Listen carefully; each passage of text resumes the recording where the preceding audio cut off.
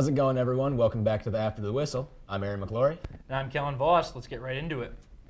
The Grand Valley State football team improved to 8-1 on the year as they rolled past the Cardinals of William Jewell College 63-10. Even with hail pouring down at points of the game, the GVSU offense was still able to rack up over 550 total yards of offense.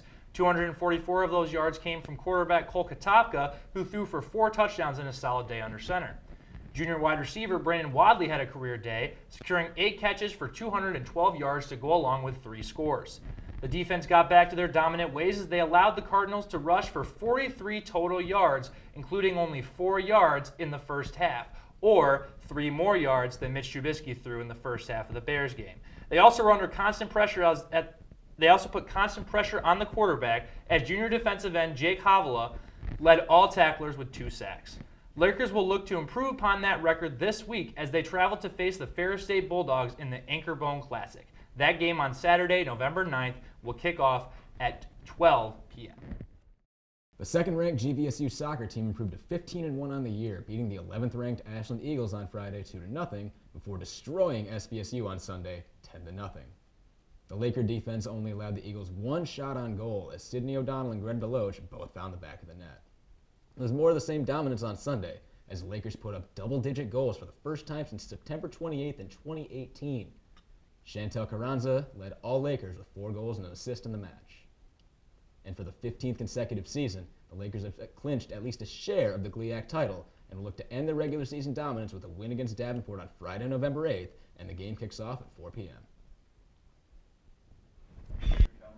Finally, the GVSU volleyball team won their sole match of the weekend, beating the Davenport Panthers to win their 4th game in a row to improve to 12-11 on the year. Saturday's contest saw the Lakers win 4 sets as Emma Kleins led all Lakers with 17 kills, Jaylee Primus led all Lakers with 7 blocks, and Allie Thompson led all Lakers with 2 aces. GVSU volleyball will look to improve upon that this weekend as they stay home to face Parkside on Friday, November 8th, and Purdue Northwest the following day.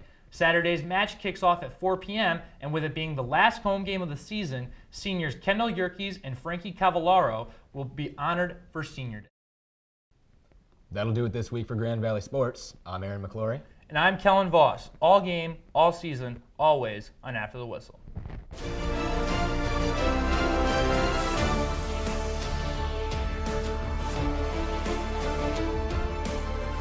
Welcome back to another episode of Unnecessary Roughness. I'm Joe Bielanski. I'm Aaron McClorey. Let's get right into it.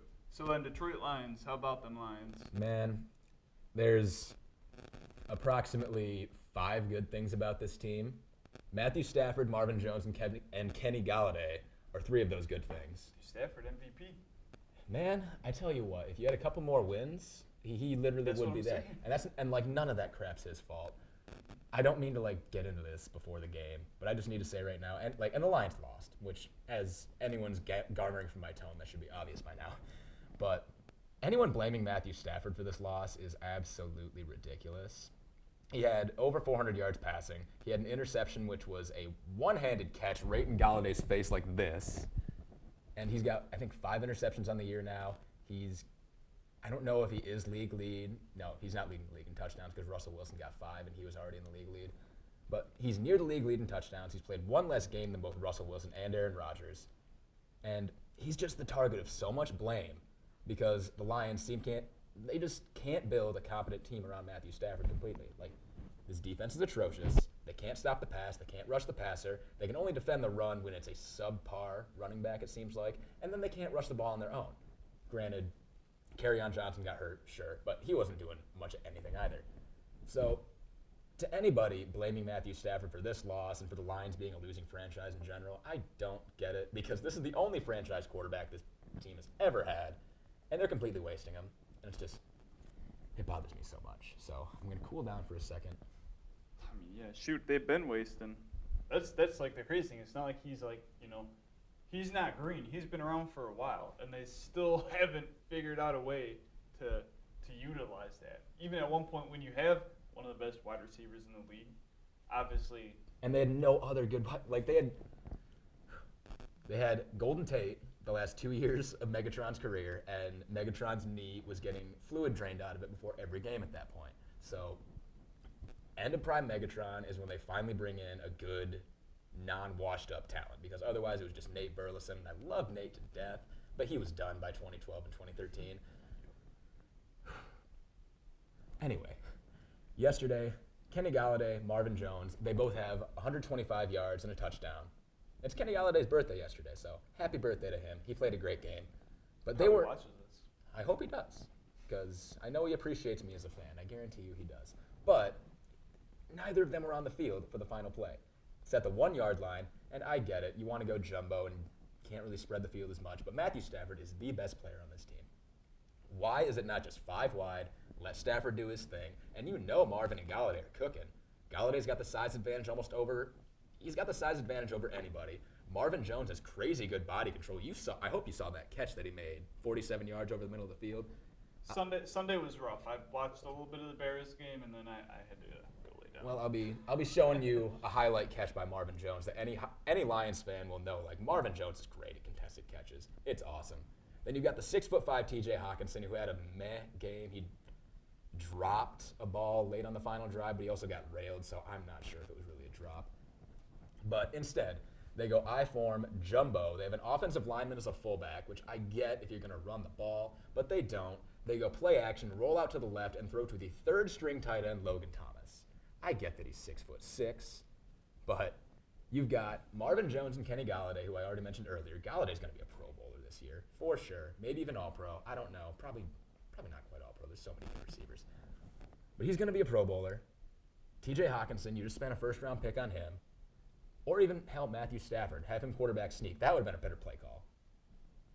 Don't throw to your third-string tight end on a rollout to the quarterback's offhand. So he's going to have to throw off balance like that. And I get Stafford's great at throwing arm angles, but you really don't want him to do that. And that on top of a defense that's just porous, can't stop the pass, can't rush the passer. Derek Carr and the Raiders, they're a little underrated. I'll admit that. And I knew that before this game. But they just couldn't stop a nosebleed. It was ridiculous. Well, the only silver lining for you, though, is everybody in the NFC North lost. So luckily, that doesn't change much, right? Yeah, well, unfortunately, the playoff hopes were pretty much dashed the time they lost. The Vikings' loss really killed the Lions' playoff hopes. You think? I think that, there was optimism, but I think that really killed any hope for a division win. And as any Lions fan can tell you, we want to win the division. We don't want to be a damn wild card team again. Nobody. Lions haven't won the division since 1993 when it was the NFC Central. The Lions have never won the North. So I want a division title. I'll be at the first home field game, I'll be at the first Ford Field playoff game. Mark my words. No, I mean, yeah, it's crazy. Obviously, Minnesota gets beat last second by Harrison Butker, which great name, by the way. Oh yeah, and then Minnesota had a bad game that game, but we'll get to that when we get to that. Yeah, and then obviously we saw Green Bay lost, but yeah, obviously Chicago drops another one. I don't know. There's 8 games left and the season's over. That's basically where I'm at.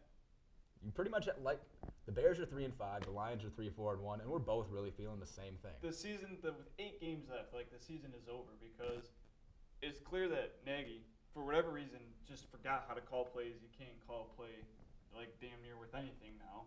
Obviously, Mitch isn't what we thought he was going to be. And then because your offense is so bad, and obviously there's injuries in 2, then the defense suffers, right? So the defense, when they have to be out there for 40, 45 minutes a game, of course they're tired. And then, you're going to have people start to just give up. Well, what the heck? If you're not going to help us on that side of the ball, why should we be trying on the defense then, right?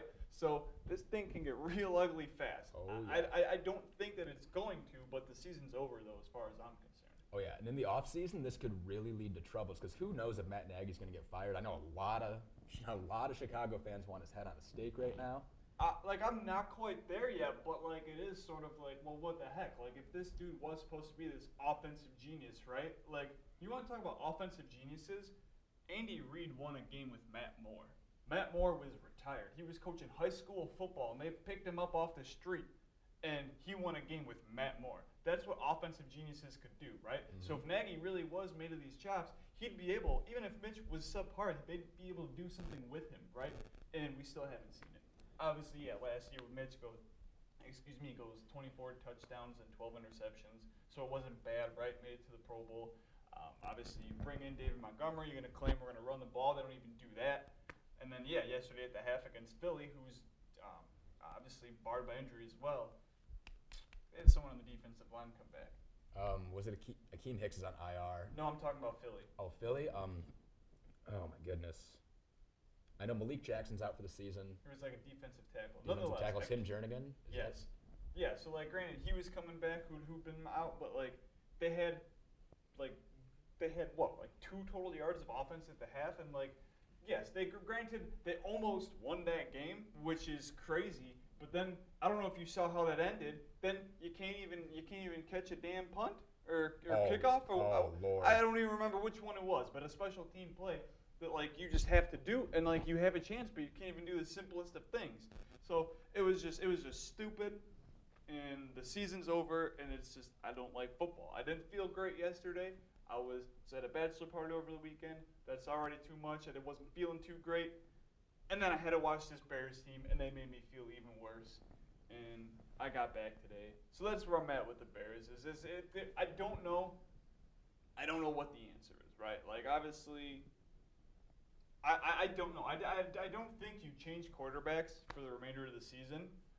Right now, because again, the season's over as far as I'm concerned. And I don't think that right now going to Chase Daniel is going to change anything. That's probably just going to make things worse, right? That's only going to be hurting whatever small amount of confidence Mitch has left, right? So you just take the bad quarterback and you just roll with it.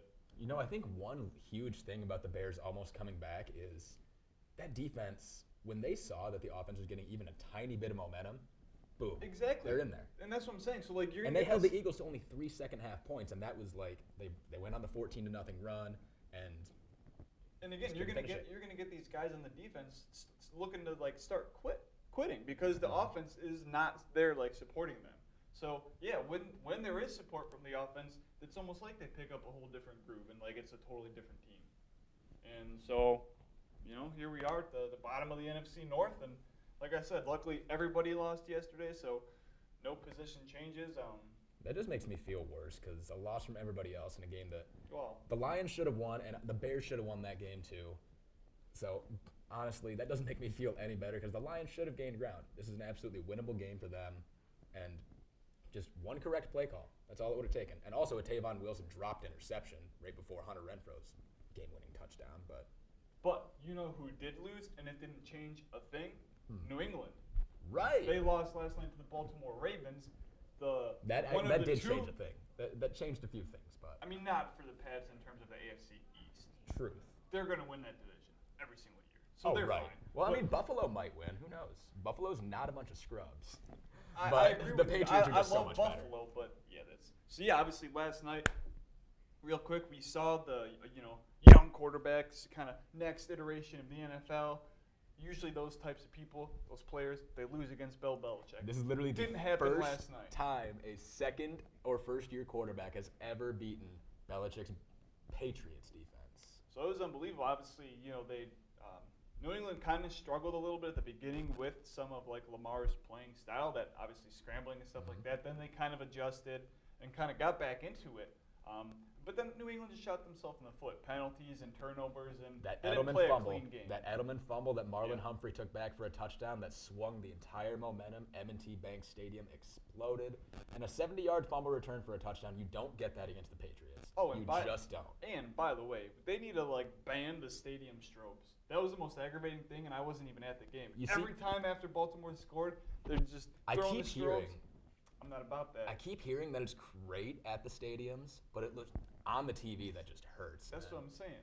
But nonetheless, so obviously the NFC North whole division stinks. We all stink. We're all losers, right? Even though it's still the best division in football. Well, it is, Let's be honest. but it's just football's stupid. Yep. We had New England go down. There's only one remaining undefeated. That's the San Francisco 49ers. And then tonight, there's the Monday night. We got the New York Giants and the Dallas Cowboys. I don't really care. You can talk if you want to, but it just doesn't excite me. It ain't get me out of bed. I mean, if you want to see an air show, maybe Dak Prescott can throw all over the Giants. And there'll be Saquon too, I guess, but I just don't see a world where Dallas doesn't walk away from this. I mean, if it's close late, I feel like it'll be fun, but that's the thing. Will it be close late? I don't know. It probably won't. We'll find out later, and so will you. With that, I'm Joe Bielanski. I'm McClorey. And that's been Unnecessary Roughness.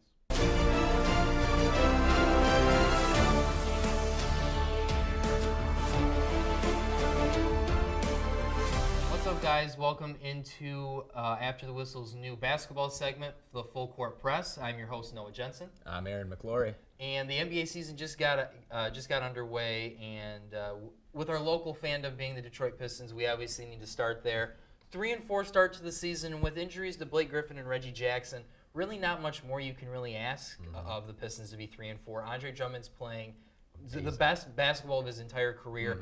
23 points, 19 rebounds, 3 assists, 2 blocks, and 2 steals a game. Nice. I mean, just completely stuffing the stat sheets. And those 3 games that they've won, really, you can put that all on Drummond's shoulders. And even the games that he's lost, like the one to the Bulls, which was just a ridiculous loss. He had 25, 5 assists, 5 blocks. Like, he's stuffing the stat sheet. Like, yeah. I was of the belief that he's overrated. I mean, maybe he still is. Maybe he slows down. But I'm not one of those guys that's like, oh, we're better off without Drummond, because that's clearly nonsense. Clearly not. I mean, when you see when they bring in either Christian Wood or Thon Maker, while those Thon Maker's awful, by the way. While I mean, you can't really ask for too much more coming off your bench. I mean, you just defensively is where there's some real lapses, and we saw that a couple nights ago with Brooklyn. Brooklyn, one of the best jump shooting teams in the league, but they had their hot second quarter. Everything came in the paint, and that's all because of just weak perimeter or weak down low defense from Wood and Maker, and you need more production out of those backup bigs, and that's why we're seeing Drummond getting used so much, close to 40 minutes a game every night, and it's just you would hope once guys like Blake Griffin and Reggie Jackson, who Reggie's actually going to be out for 4 weeks now, Blake hopefully coming back this week, but hopefully when those guys come back, it takes a little bit of the pressure off of Drummond.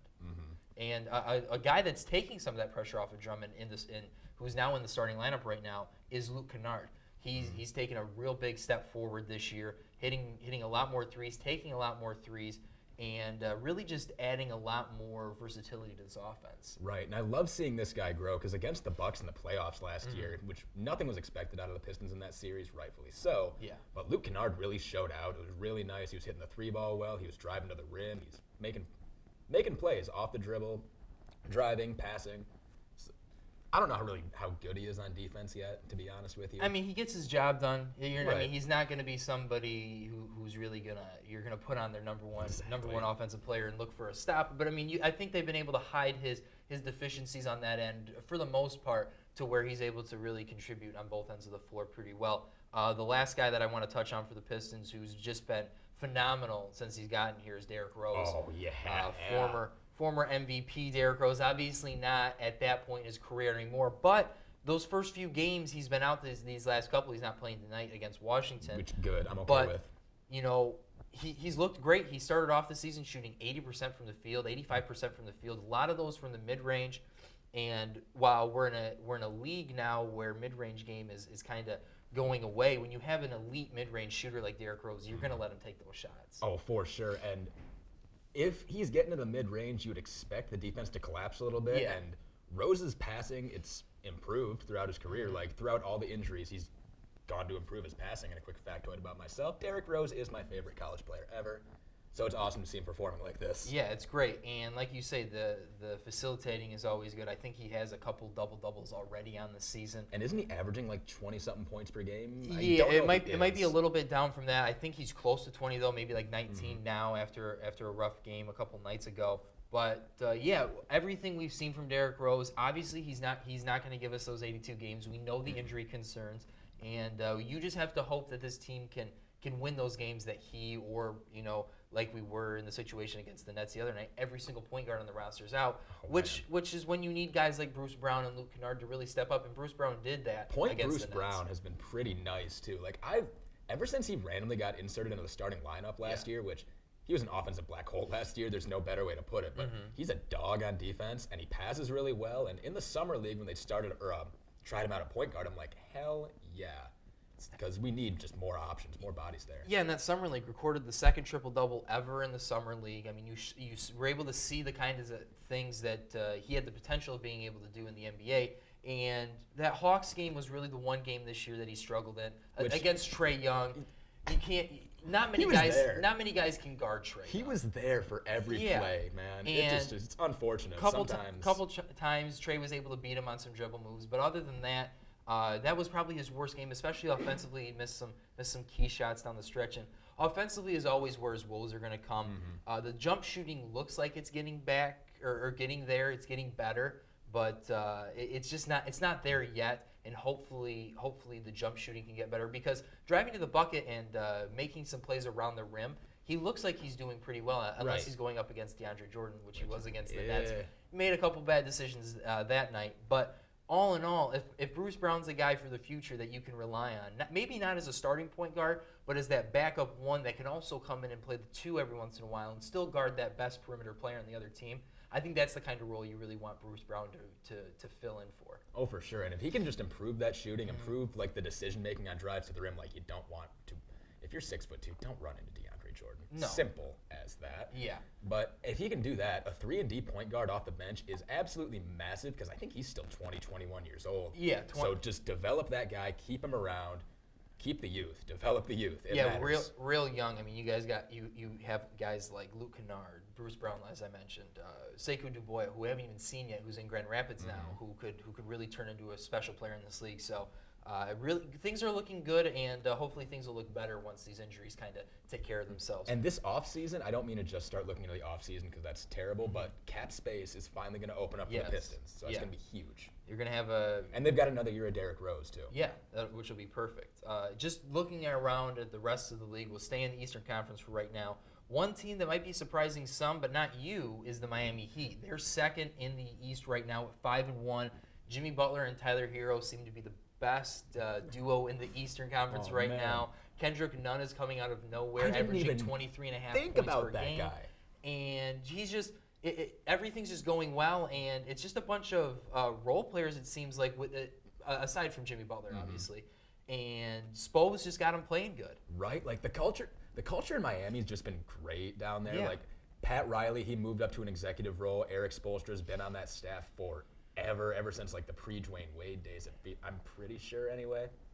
But Jimmy Butler going down there, I liked the move. I didn't think it would go I predicted them to be third in the East. I didn't predict them to like blow out the Rockets like that. Yeah, I don't know if Jimmy Butler like coming in and going into the gym at 3:30 in the morning, I don't know how much that truly helps, but Yeah. like it sure looks like it's working well because it's rubbing off on everybody. They're killing people. I questioned a little bit. You know, you had the issues.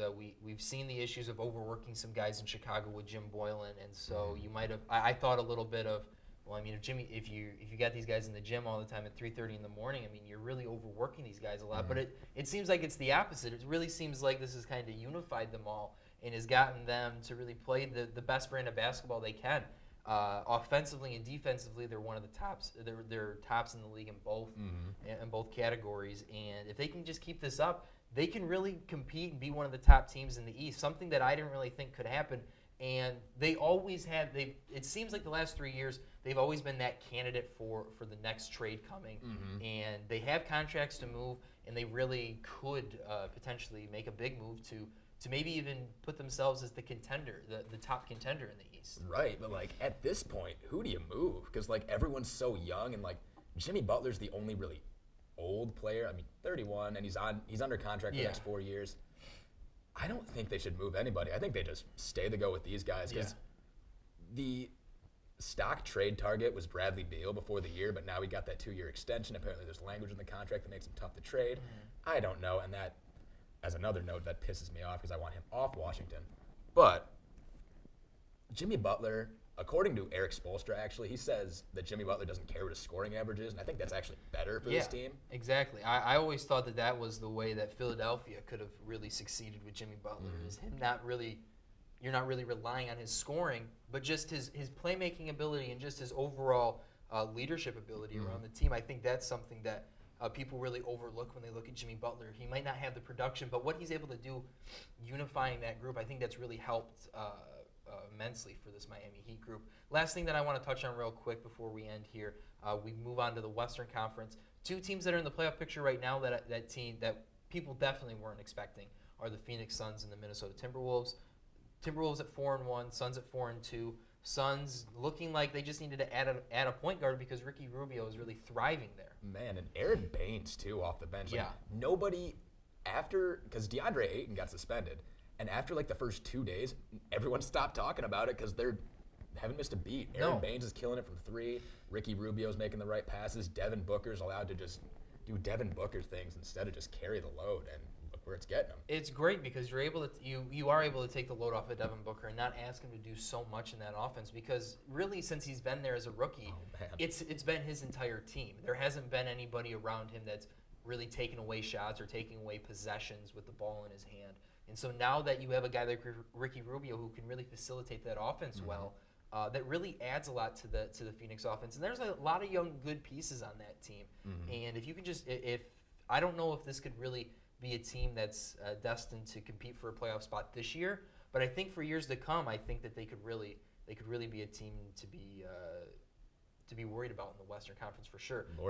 The other team is Minnesota with Karl-Anthony Towns and Andrew Wiggins. It hadn't seemed to be working out very well. They brought in Jimmy Butler, but this year, Andrew Wiggins is kind of changing his play style. He's taking 6 threes a game, which is double his career high. I didn't even know that. Jeez. Yeah, and so they're really playing a different style of offense in Minnesota as well, and it seems to be working out for them, as surprising as it sounds, because they didn't really make a ton of moves to reorganize or rework this team this offseason. Right, like the big thing was like, the T-Wolves are going to get D'Angelo Russell, and every single person, I don't know if you did this, but every single person was like, how? How in the world are they going to do that? What could they trade for him? And I mean, that's still the case. I don't know what they could trade for him now. But Karl-Anthony Towns is just, he's an offensive super weapon. There's like no better way to put it. He's just awesome. It's like, isn't he averaging like 30-something points per game right now? He might be. I don't know if it's more. It might be a little skewed because of the game he got kicked out of against the Sixers, where he only had 13 points, I think. Man. And that was a mess of a game and a mess of everything that happened afterwards. It was just wild. I loved the Twitter fight. Oh yeah, and that was the one thing that people really had been dogging Cat for his entire career is being weak and not being able to take this kind of criticism. He even showed some balls there. Or even on the court. And yeah, it seems like he's a lot tougher of a guy on the court, even off the court. Obviously now we're seeing the back and forth that he and Joel are having. And if Cat's able to play to this kind of potential, and even though Wiggins isn't hitting those threes yet, he's taking them and getting good looks. If those threes start to drop, you really could see this team. I could see them competing for a spot in the West for sure. Even though how loaded it is, I think they have guys around Cat that could really help lead him. And if you package together like a Jeff Teague, maybe Jarrett Culver in a first to maybe go after D'Angelo Russell, that could definitely put them up to the next level as well. That's very true. And I mean, I don't want to be that person. Well, they really, I just had an idea come in my head that they should just go all in, like trade 2 first-round picks for someone good, but I don't think they should do that when Cat's this young. Yeah, especially with how young your team is. You don't really need to mortgage the future for just this season. You can wait and see. Maybe let's see at the trade deadline where we're at, and let's work it out from there. But I think right now, with all the young pieces that they do have, they have some expiring old guys that they could maybe move off of. I think right now you want to kind of stay pat and just see where you're at in February, and maybe that's the time when you want to make a move. Exactly. So I think that's going to do it for us here on the Full Court Press. We'll be sure to see you next week. And until then, I'm Noah Genson. And I'm Aaron McClorey. Peace.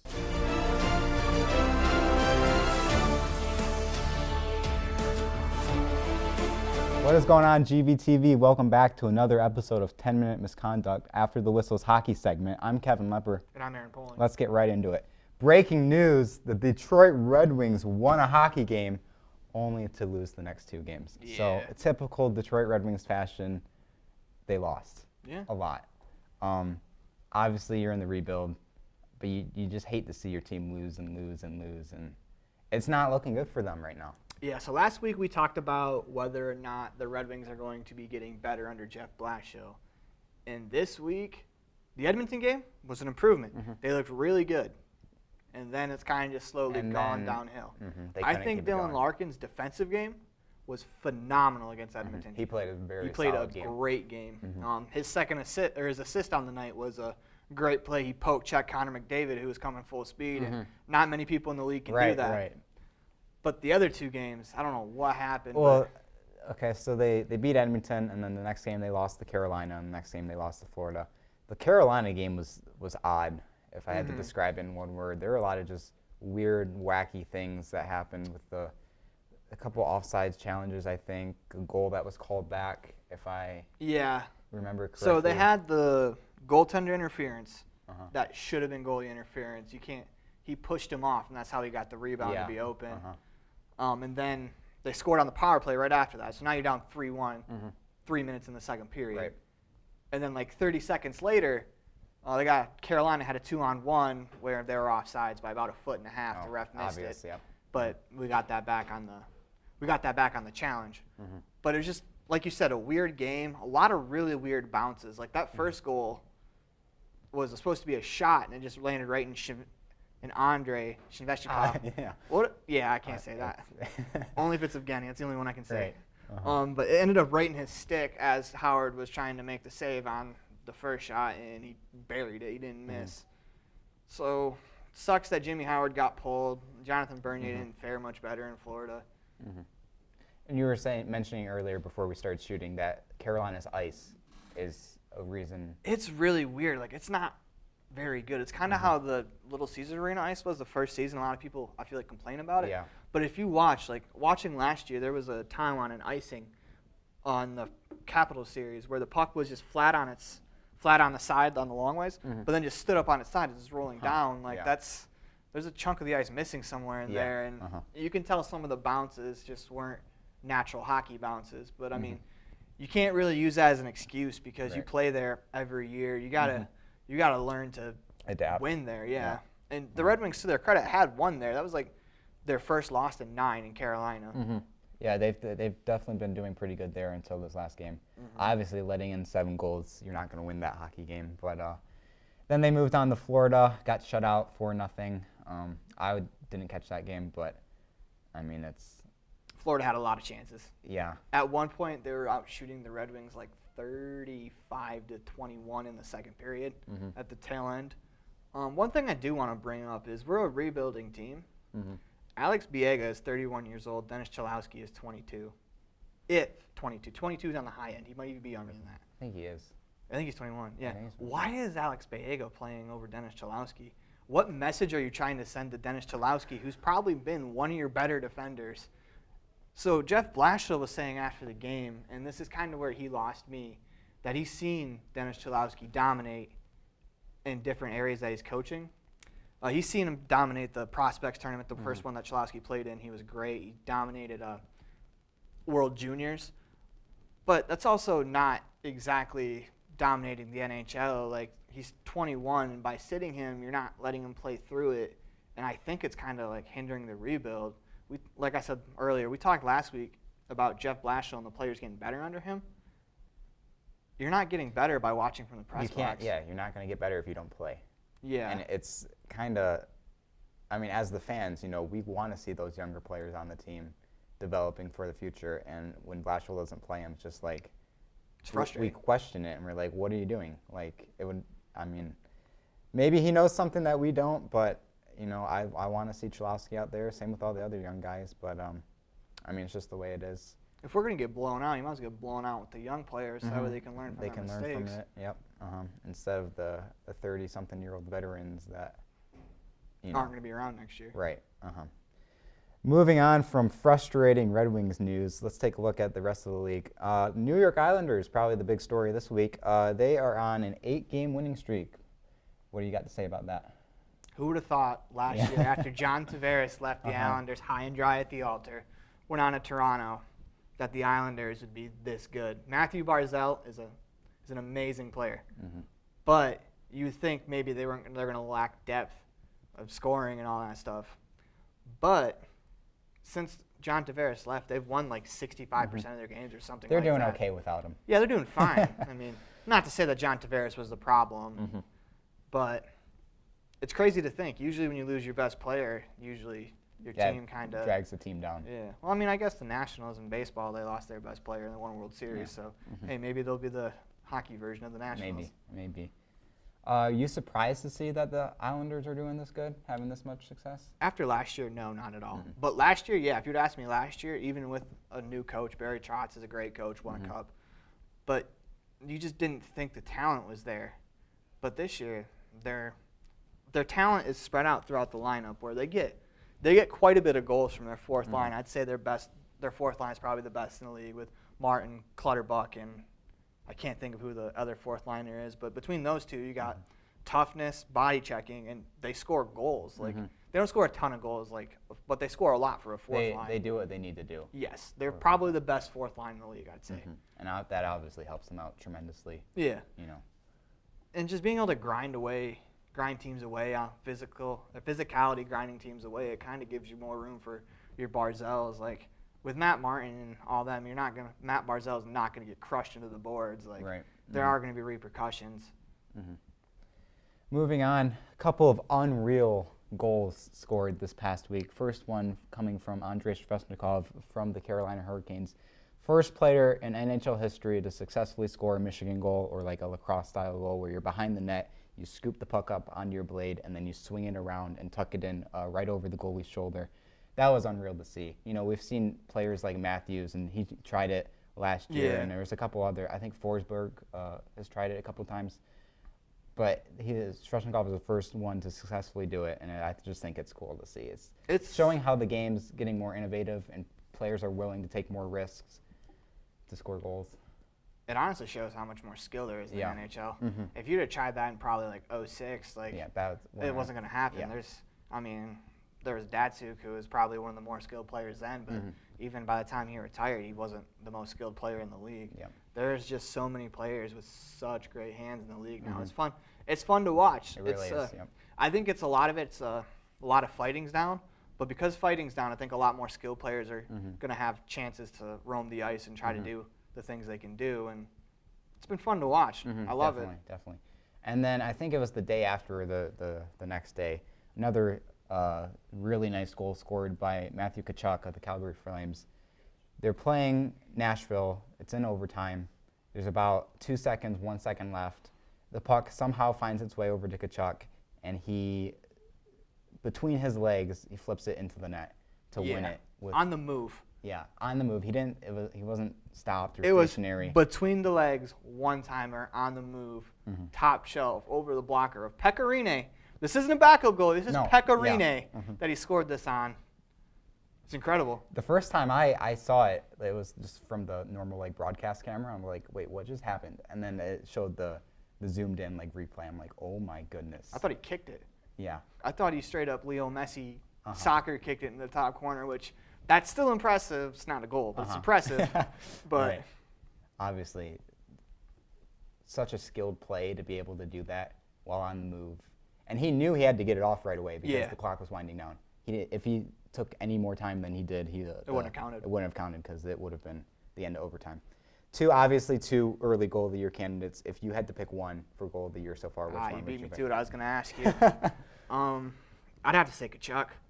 The lacrosse goal, the Michigan goal is sweet and all, but the ability to, while you're skating full speed on a rebound, one-time the puck between your legs, and it's not like he one-timed it in an open net. No, he put it in the top left corner. Yeah, he sniped it too. It was the perfect shot from between the legs from about 25 feet out. I think that's got to be Goal of the Year. I don't think you can top that. Yeah, I would agree with you. Obviously, the Svechnikov goal, super skilled.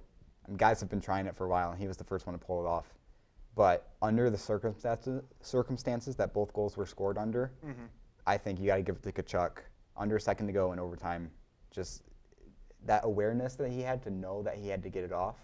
I think that takes it for Goal of the Year. Obviously, we're only a quarter-ish of the way into the season, so there's still plenty of sick goals to be scored. But if I had to pick one so far, I'd give it to Tkachuk. All right, that's going to do it for this week's episode of 10-Minute Misconduct. I'm Kevin Lepper. And I'm Aaron Poling. Thanks for joining us. We'll see you next week.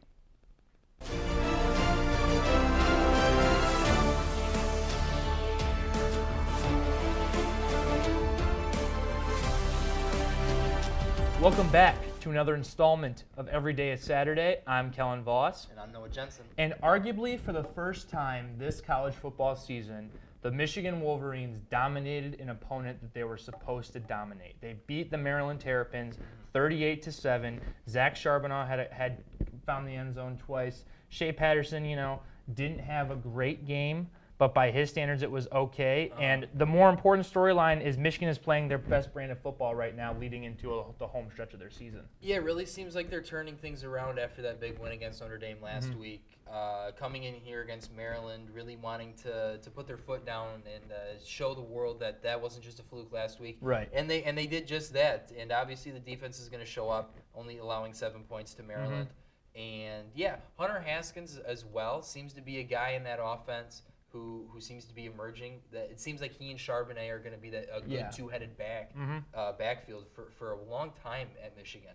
And I think Haskins is a redshirt freshman and Charbonnet's a true freshman. So I mean that rushing it's a attack huge backfield to come. Yeah, exactly. And then the receiving core can only do as much as Shea Patterson's going to let them. Nico Collins led the team with 65 yards, but Patterson only 151 yards. I mean, I think he just did as much. I don't really want to get on Shea too much for this game. I think he did what he needed to do to exactly. win. I don't he think needs to be a game manager at this point with as many athletes as they have at running back and wide receiver. Yeah, and I don't think they were going to ask for him to do too much this game. I think they knew that this was going to be a game that they could really just pound the ball up the middle with their running backs and let the defense kind of initiate some of the pressure. Absolutely. Michigan is off next week, so they get some time to recuperate themselves before playing Michigan State and Ohio State later this season. There was one top 10 matchup we want to touch on.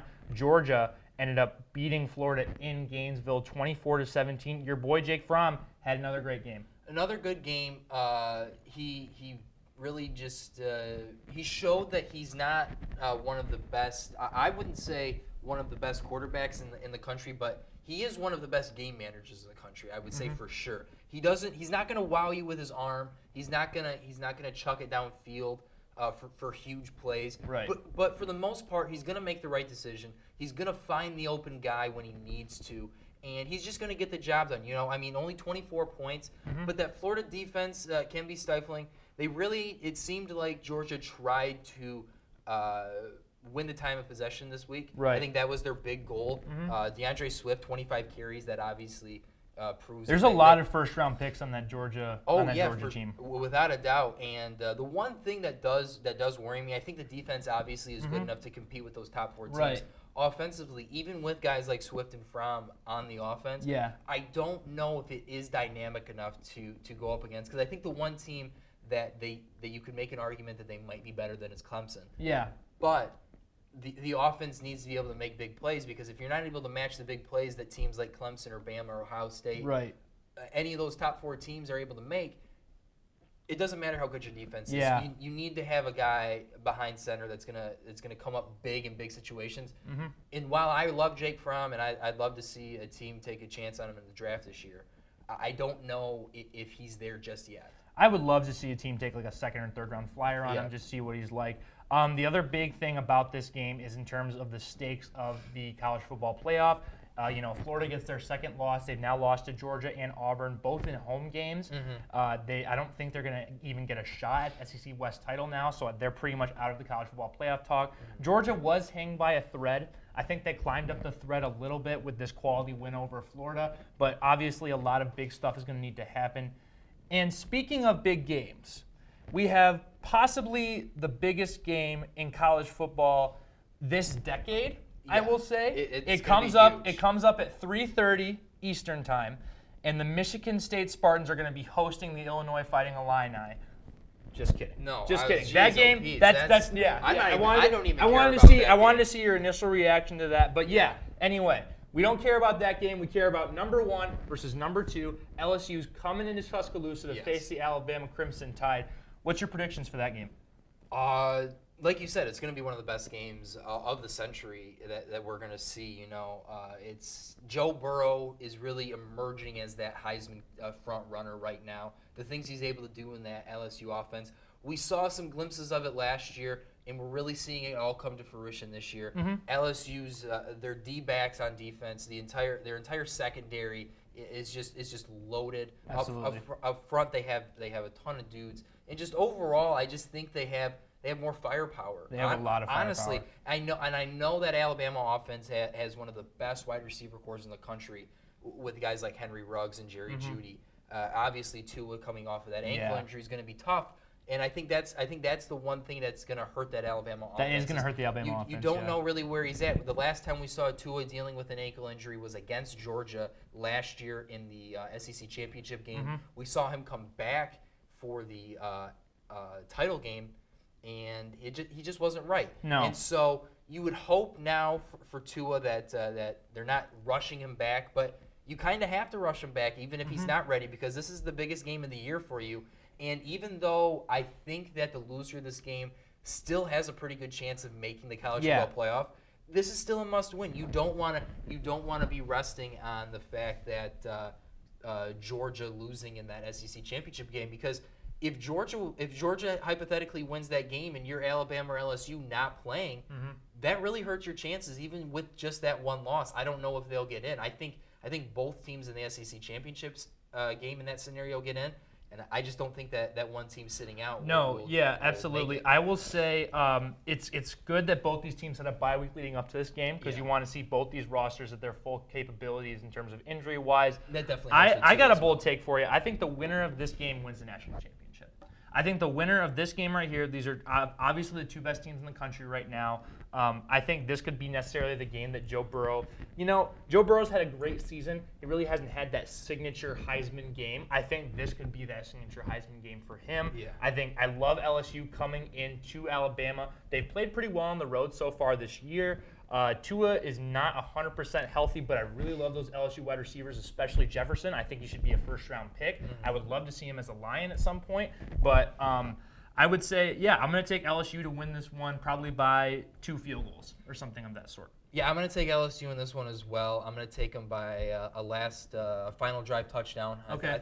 I think Burrow's going to lead them down the field in Tuscaloosa, and really and shut all the haters up that maybe are kind of doubting LSU right now, because we've seen this year in and year out. LSU being a top-ranked team, either going into Tuscaloosa or hosting Alabama, and Bama winning by 20 plus. Right. We've seen it last year. They won 21-0, and it was a 1 versus 3 matchup in LSU. And so I would really love to see LSU finally top Alabama and really shake things up for the college football playoff. One thing I wanted to mention before we take off here, it's amazing the pull that this game has in terms of national broadcast scope, because the Grand Valley State-Ferris State game, which is happening this Saturday, actually got moved from 3 to noon on Fox Sports Detroit, because they're worried that people are not going to watch that game because of this game. That makes sense. So to think that people in West Michigan, a Division II game in West Michigan is still being impacted by Alabama and LSU. I mean, that's just the kind of pull that these two teams have. Yeah, and that shows you how important this game is. I mean, we haven't really seen a regular season game with this kind of magnitude, or with these two. As impressive as these two teams are, I mean, we've seen Clemson and Bama battle it out in the college football playoff. But as far as the regular season goes, I can't remember the last time we've seen such a big game like this. No, absolutely not. It's going to be thrilling to watch. We both saw a graphic on Instagram today with the top 10 college football games this decade. This game has the potential to get on that list at some point. That's going to do it all for us here on Everyday. This is Saturday. Coming up next week, we'll probably briefly talk about Michigan State and then recap that LSU-Alabama game and get more of a clear playoff picture for you guys. But until then, I'm Kellen Voss. And I'm Noah Genson.